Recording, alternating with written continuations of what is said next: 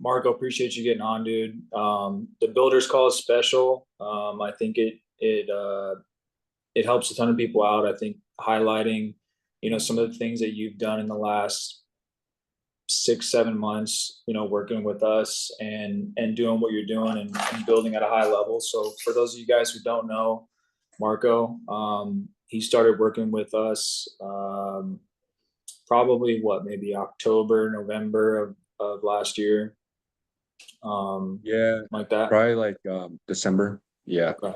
I would say. And he's writing at a high level. He writes 40, 50, 60,000 a month.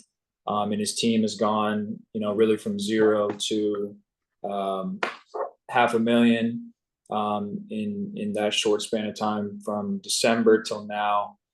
So, dude, tell us a little bit about, kind of some things that you wanted to go over and touch on as to how you're able to, write at a high level and also, be building so fast. And then there's a couple of things that I want to highlight and ask you some questions about that, I want to hear from you and that I think would help a lot of people that are looking to build. Yeah, for sure. No, I appreciate you, Jake. Yeah, so just to give you guys context, just like Jake said, I started really kind of with FFL back in December of 2024. So up to, this year, 2025, I'm like you mentioned, Jake, I'm writing between 50 to 70,000 in issue paid business. So I'm on track to personally produce right over like 600,000 this year. And 4 months, so from January to April, we went from zero to about half a million, about half a million a month in issue paid business with the team. So with FFL Quantum, and I just wanted to go over three main things that might kind of help you guys. I know it's always going to come back to the basics, to the fundamentals. Every time I talk to Zach, and I need clarity or Jake and stuff like that, it's always back to the fundamentals. So it's nothing fancy, it's nothing sexy, right? But I feel like these are the three main things that has helped me. One, maintain producing at a high level, and then two, scaling the team at a high level as well. So number one is going to be consistency and predictability. What do I mean by that? So consistency and predictability with everything, right? So from your daily schedule, every consistent daily schedule, day in, day out, Monday through Sunday, consistency with lead flow. Some of you guys are, stuck at this part, right? We see a lot of agents that can't even have a consistency in their lead flow, whether that be the budget or the type of lead. They start doing well for a month. They see, the girl in the red dress, and then they see someone kill it that week that they did bad, and they're looking to switch, right?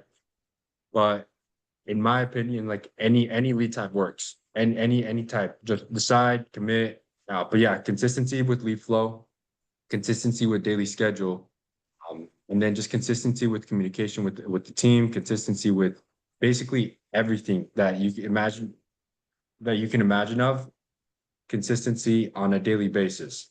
So that's what's really helped me, obviously lead myself, because you have to lead yourself first before you can lead others, right? And that energy really trickles down and goes down into the hierarchy of the team. So and my why is too big to ever like miss, anything within my schedule.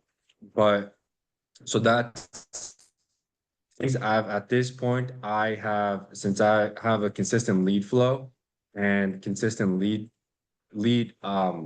type, the way that I have scheduled my day now is, and still have time for my guys, the type of leads that I'm running, I only have to kind of basically sell, maybe a few hours in the morning, 2, 3 hours in the morning. I'll get like a deal or two deals on a daily basis. And that will give me enough to, get the numbers that I'm looking for. And then in the afternoon, I'll go ahead and spend time with, my team, or recruiting, or kind of trying to move the business forward in any way possible outside of like, the actual selling part of it. So I have that systematized, so I don't really have to think about how am I going to produce at a high level? Where am I going to get my leads? How much am I going to spend on my leads? I don't have to really think about that anymore. So I can really spend time on the other things, right?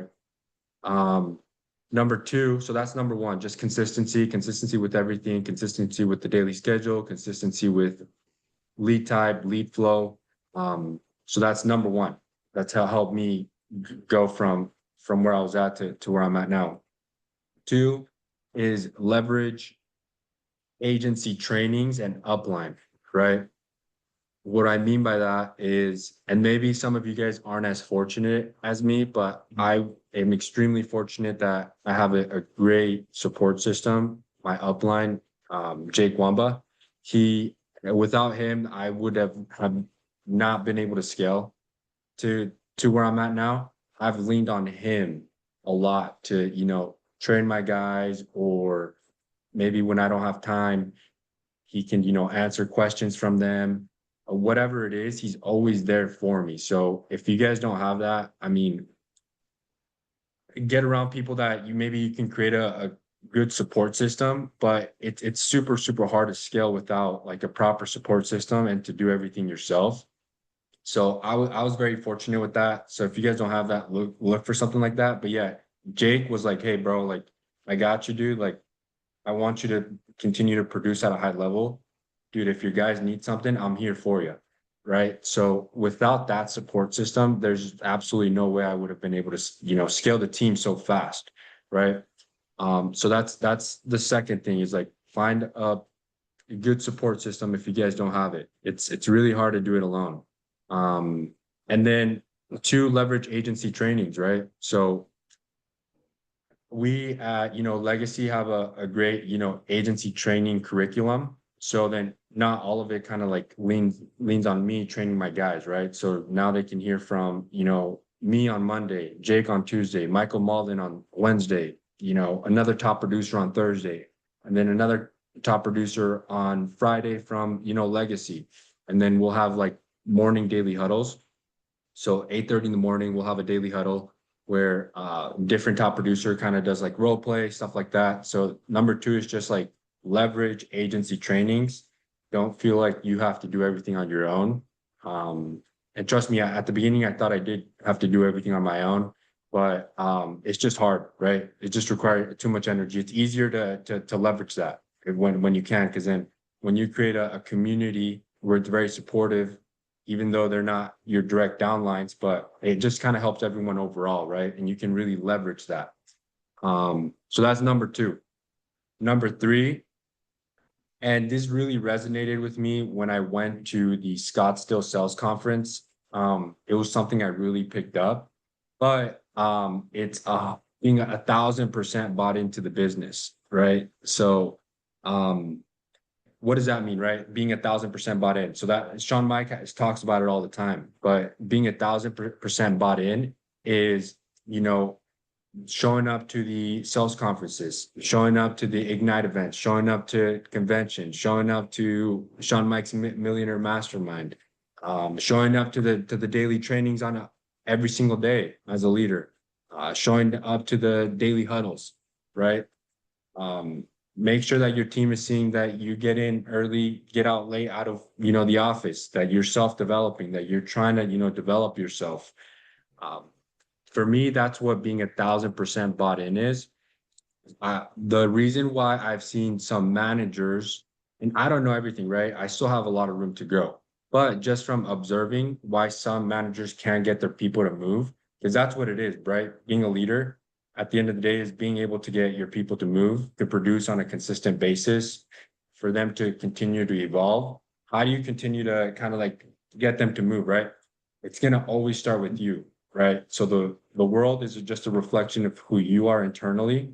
So if you're not 1,000% bought into the business, like Sean Mike says, your agent will do 50% of the good things that you do, and 2 to 3 times of the bad things that you do, right? So that's why it's so important to be 1,000% bought into the business. And by being you 1,000% being bought into the business, that's going to transcend. Your agents are going to see you being 1,000% bought in. So they'll be 50% of that. So they'll be 500% bought in into the business, right? And if they're all in, they're bought into the business, they believe into it, that's when, you know, they all their energy will go into the business to figuring it out. They'll have that massive why. They'll figure out the lead type. They'll, you know, you'll really be able to get them to move if you can really get them to buy in.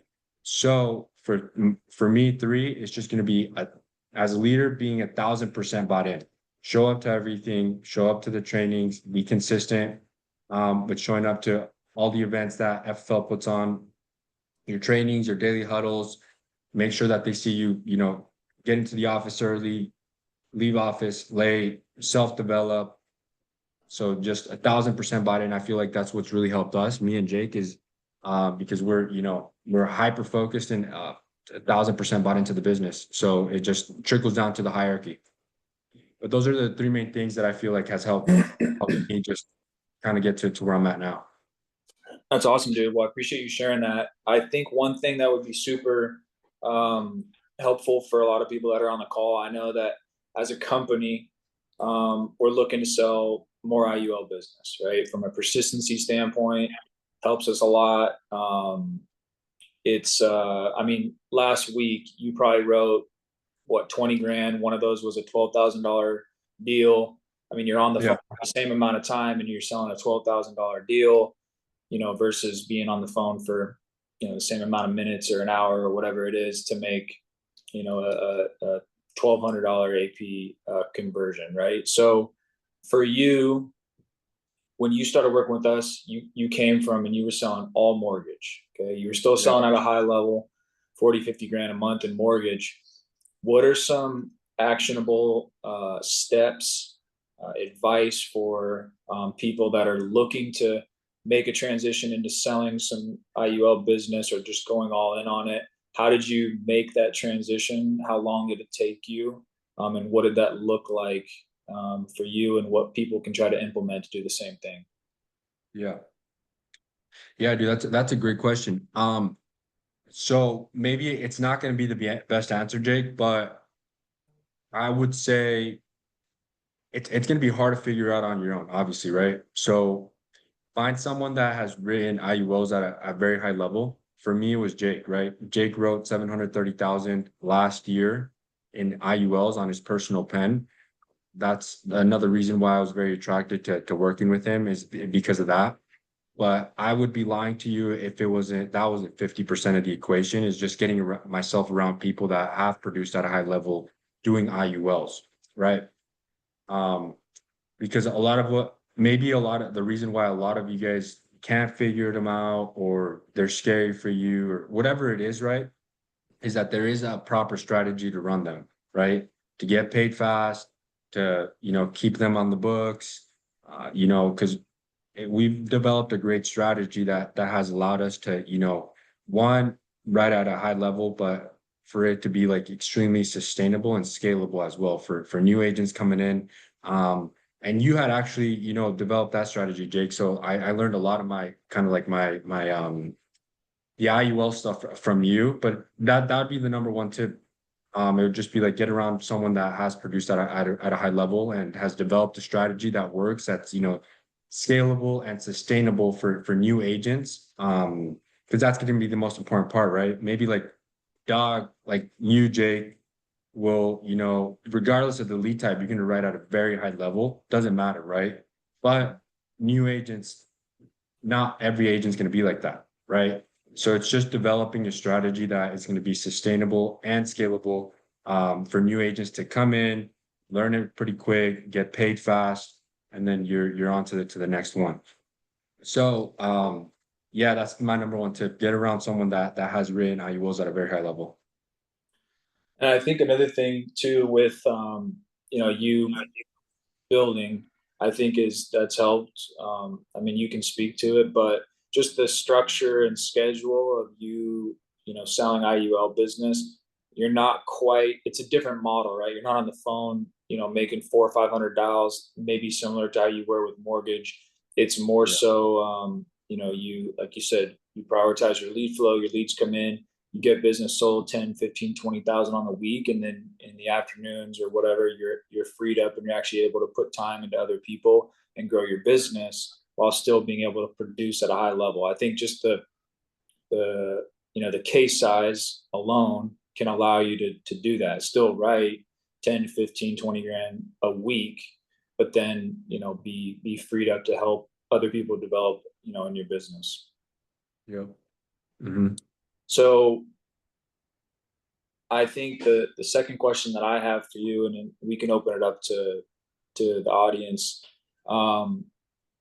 You, like we mentioned, dude, you came over and you had zero team, right? No agents, no writers. It was literally just you. Um, I think you had a good reputation in terms of like people knew you could sell. What kind of opened your eyes to the opportunity to build, to believe that you could build, and how a lot of the people that are maybe in here that produce at a high level, what can they start to implement, be it through social media, talking to people that they know to start to build. Because I always, take a standpoint of you have to find your competitive edge. For you, similar to for me, how it was is sell at a really high level. Um, this business, especially at other companies, like people just don't really sell at a high level. And so those who are able to do so, it's an easy conversation starter, right? You sell 10, Yeah. 15, 20K a month. Cool. All right. 50, 60, 70 a month. We should work together. I can help you. So that was Yeah. kind of the competitive edge. People knew that you wrote at a high level. So what were the things that you did to kind of start those conversations, or how did people start to come to you and you convert, on those conversations into getting them to work with you? Yeah, bro, that's a great question, dude. So I'll just kind of go back and I'm gonna say like my philosophy and Jake's and Zach's philosophy, Zach Twardowski is you have to lead from the front. So I I didn't know any other way than, me being able to sell at a high level. Because in my mind, I was like, dude, like if I do bring people on, how am I going to, teach other people to produce at a high level? Because I always kind of had a vision of creating kind of like an elite sales team. Whether that be good or bad, or you guys might have a different philosophy. I know people that just it's a volume game for them as far as agents. But for me, I came into this, I wanted to create, set a new standard, create like an elite sales team. And I knew that was going to require me really learning the sales skill, the sales process, the psychology, all of the things behind a sale and produce at a very high level consistently, right? Not just like 1 week or 2 weeks or 1 month or 2 months or 3 months, but quarter after quarter after quarter, and have so much receipts that when I was going to, when I was starting to recruit, I had so many receipts that I I'm also very consistent with social media, right? Just posting stories on a daily basis. I have like 6 or 7 usually up on a daily basis. But I had so many receipts when I started recruiting that people naturally just reached out to me. And just to give you guys context, I don't have like a ton of agents. I think we did 500,000 with 26 agents. So I think our average issue paid per agent is 19,000, which is what my goal was. My goal was always to, create something where an agent can come in and also teach them how to produce at a very high level. And create a group where everyone in the group is eating, that everyone is making a lot of money, and then obviously going on and then empowering them to become leaders. Um, but I kind of lost track of the question. Did that answer the question? 100%, dude. Heather had a kind of a follow up. Is what strategies have you used in such a short time to recruit agents? So maybe that you can go a little bit more in depth on social media stuff, what you're doing there. Yeah, so if you guys are new, for me was just consistently selling at a high level. So a lot of people knew I sold at a high level and just consistently hitting them with receipts every single day, whether that be deposit or my sales or me on the leaderboard or another agent selling and having finding success as well. And then his deposits as well. But I'm consistently posting on a daily basis. So I would say 95% of my agents have just come from Instagram stories. Like they've just hit me up. They're like, "Hey man, like I want to hear more. Like I like what you got going on." But 95% of my recruits come from that. And then the other 5%, I did reach out because I knew there were other dogs. And they were, dogs usually they're doing well, right? So they're not necessarily going to reach out to me, but about 5% of those I did like they were always watching my stories. I knew they were dogs, and then I reached out and then, worked out and now they're over here, right? But I would say my strategy has been that this whole time. Now, I think it was good for me to get to from 0 to 500,000, maybe 600,000 a month with that. But I don't think that's what's going to get me to, a million a month, 1.5 million. I think I need a more aggressive strategy for that. But what has helped me get to where I'm at now is just the free, just stories. It's just like a free strategy, just posting my wins, posting um deposits, just consistently showing that I'm at the top. Like I'm one of the top guys all the time.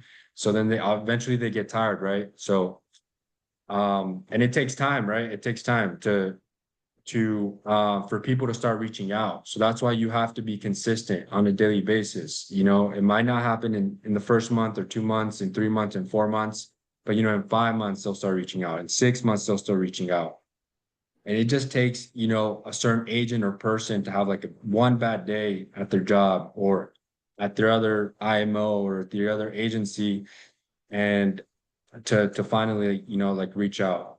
So I would say that that's what's helped me get to where I'm at now. Now, I don't think that's what's gonna help me get to the next level, right? To that next stage. But that's what's helped me to get to where I'm at now. 100%, dude. I think also, it speaks to you marketing in a way that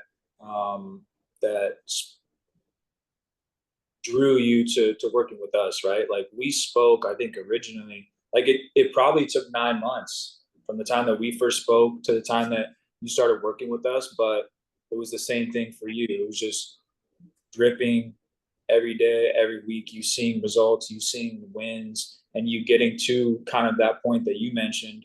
You mentioned like maybe somebody tired of their job, but for you, maybe you got tired of being, the top producer week in, week out. You wanted to find a new environment that could help you grow and elevate. And so I think that is a big thing to understand is when we are marketing and using social media, put out what would draw you and attract you to the opportunity of working with you specifically. um we got a question in the chat, Marco. What is your process for getting a new agent producing quickly? Like you giving them leads? If they're remote, are they having a plug-in somewhere, script? What does that look like for you and working with a new agent? Yeah, that's a good question, man. I would say that, yeah, with all the new agents, we do give them free leads. So that's what's helped us kind of get an agent going from 0 to, 10K in their bank and become super, super profitable without having to spend any money on leads. And once they can, make some money without having to spend anything, then they're off, off to the races. But aside from that, from the free lead stuff, is like I think I focus a lot on like just like the mindset, just like a lot of mindset training. I do try to develop my relationship with my team, like now that managers are starting to emerge, but I really am like hands-on. I truly like develop relationships with all of my guys.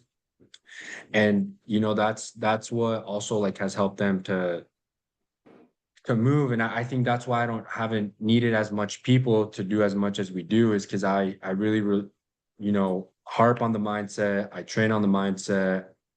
If the mindset is first, if the why is big enough and the mindset is in the right place, then the how is irrelevant. The how is, they'll figure out the how. Sean, Zach, Jake, we talk about it all the time. Is like, dude, selling insurance is like pretty easy. Selling insurance is like really, really easy, right? It's really not that deep. What's hard about the game is the mental aspect of it and the emotional aspect of the game, the such a high transactional like sell, right? We're talking to a lot of people on a daily basis, especially at the beginning. So I really like to focus on, the mental aspect of the game, the emotional side of the game, the actual hard stuff. Because I know if I can take care of that and build the foundation of the agent, if I can build that foundation for them, then the sales is like the surface level stuff. That's the easy stuff, right? So if I can build this and make this really strong, the mental, the emotional side of the game for them, then this will be easy for them. The sales process, the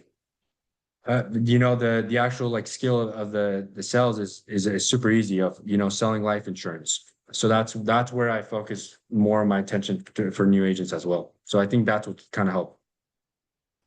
Kate had a question, Marco. So working with a new agent who's not fully bought in yet, what does that look like in terms of this type of time and energy you're putting into them, and for how long until you feel like they need to meet you halfway?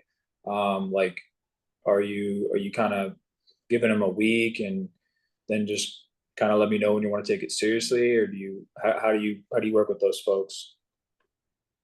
Yeah, dude, that's a good question, dude. So I would say you can figure out pretty fast who's going to be bought in or not. I would say within a week or two, you can tell whether he's going to really be bought in. Um, we're going to give him all the resources that are required, right? The training, the free leads, and you can kind of tell who's, coachable, one, and then two is going to have that work ethic pretty fast. If I realize that that person's not going to have the coachability or the work ethic, I release that energy from them as fast as possible, and then I continue to spend time with the top guys, the top producers at Quantum. And then I'd rather put that energy to recruit more people. So I can tell very fast whether that agent's going to be all in or not. And if they're not, dude, I'm going to continue to spend my time with the top guys and then continue to recruit. Because personally, dude, like if they're not going to meet me halfway, dude, I'm not gonna meet them halfway. I don't they don't want it bad enough for them, then I don't want it really bad enough that I don't want it bad enough for them as well. Percent, dude. We got time for one or two more questions. This one here. What recommendations do you have to build the mental aspects of the business? I think maybe just speak to how you're able to stay level, not get too high, not get too low, on a week to week basis. Because obviously, when you're working with people, right, you can get let down if somebody doesn't want it as bad as you want it, or that you want it for them. Or as a producer, maybe one week is a little bit slower than the next. How are you Yeah. able to manage the ups and downs in the business from a mental standpoint? Yeah, dude. So I would say with agents, there's a lot of things that we talk to them about, and there's just like little mental shifts, mental frameworks that they just need to shift. A lot of these new agents, they're younger or whatever it is, just haven't had a lot of experience or no one's really like taught them. I mean, it took me a lot to develop that mindset, right? Um, and I'm continuing to learn, but just like some of the things that we really talk about is that, it's part of the game, right? Selling insurance is fucking easy. And, the the pain or the hard times or, a client saying no, that's where we have the ability to, grow. That means that we're growing. So take advantage of those opportunities. Like we're blessed to go through adversity. We have, you know, the opportunity to, you know, go through hard times. And when there's friction, there's growth, right? In anything, just like when you're building, you know, even when you're working out, right? When there's friction, when the pain is happening, that's where it's like really stretching, right? The opportunity to grow. So same thing with business. It's like, dude, like adversity, that's part of the game. That's normal. It's okay to feel like, you know, you didn't do well that day or to not make a sell that day. It's okay. It's part of it, dude. It's just, you know, the the the sell the your sales skill is just not there. That it's just reflecting what you need to work on a daily basis. So take that as an opportunity to you know grow, right? To get to the next level. And then two is like we touch a lot is the emotional side of the game. Me and Jake, it's just like the ups and downs, right? The emotional highs, the emotional lows. I see a lot of agents, this is what their downfall. They're not able to control their emotions. Um, but I there's a lot of practices that I do, like meditation, or I read on a daily basis that has helped me really kind of like develop that. But like those are like some of the mental frameworks that we really harp on with agents on a weekly basis. Is like, bro, dude, it's like it's okay, bro. Just make sure that you're always level. When things are going good that day, and you know you made $10,000 in sales, stay level, bro. Tomorrow is going to be a new amount of inputs. We start at zero tomorrow. If you're, you know, don't let yourself get under that emotional threshold. Because if you really ride that negative emotional threshold, then you can really go down into a negative spiral, right? Always maintain level. And what I tell my guys is that developing a daily schedule is crucial to be able to, you know, maintain level on a daily basis. The reason why is because I put my wins based off of my process, my inputs on a daily basis, opposed to, you know, if I made a sell that day, right?